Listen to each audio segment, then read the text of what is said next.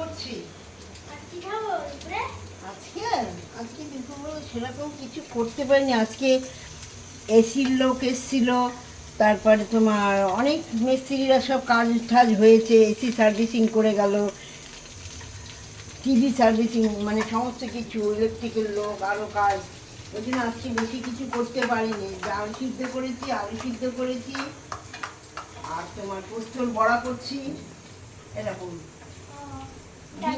ডিম সিদ্ধ করেছি। এই খাবার দারুণ লাগবে তো, এই খাবার ডিম সিদ্ধ, আলু সিদ্ধ, ডাল সিদ্ধ, পোস্তর বড়া এইসব করেছি। ঠিক আছে। আলু সিদ্ধ দিয়ে কি তোমার ভাতে মেখে দেবো না আলাদা পাশে রাখবো? আলাদা। আর ডাল সিদ্ধ? ডাল সিদ্ধ দিয়ে মেখে দেবে। ডাল সিদ্ধ, মুসুরির ডাল সিদ্ধ করেছি।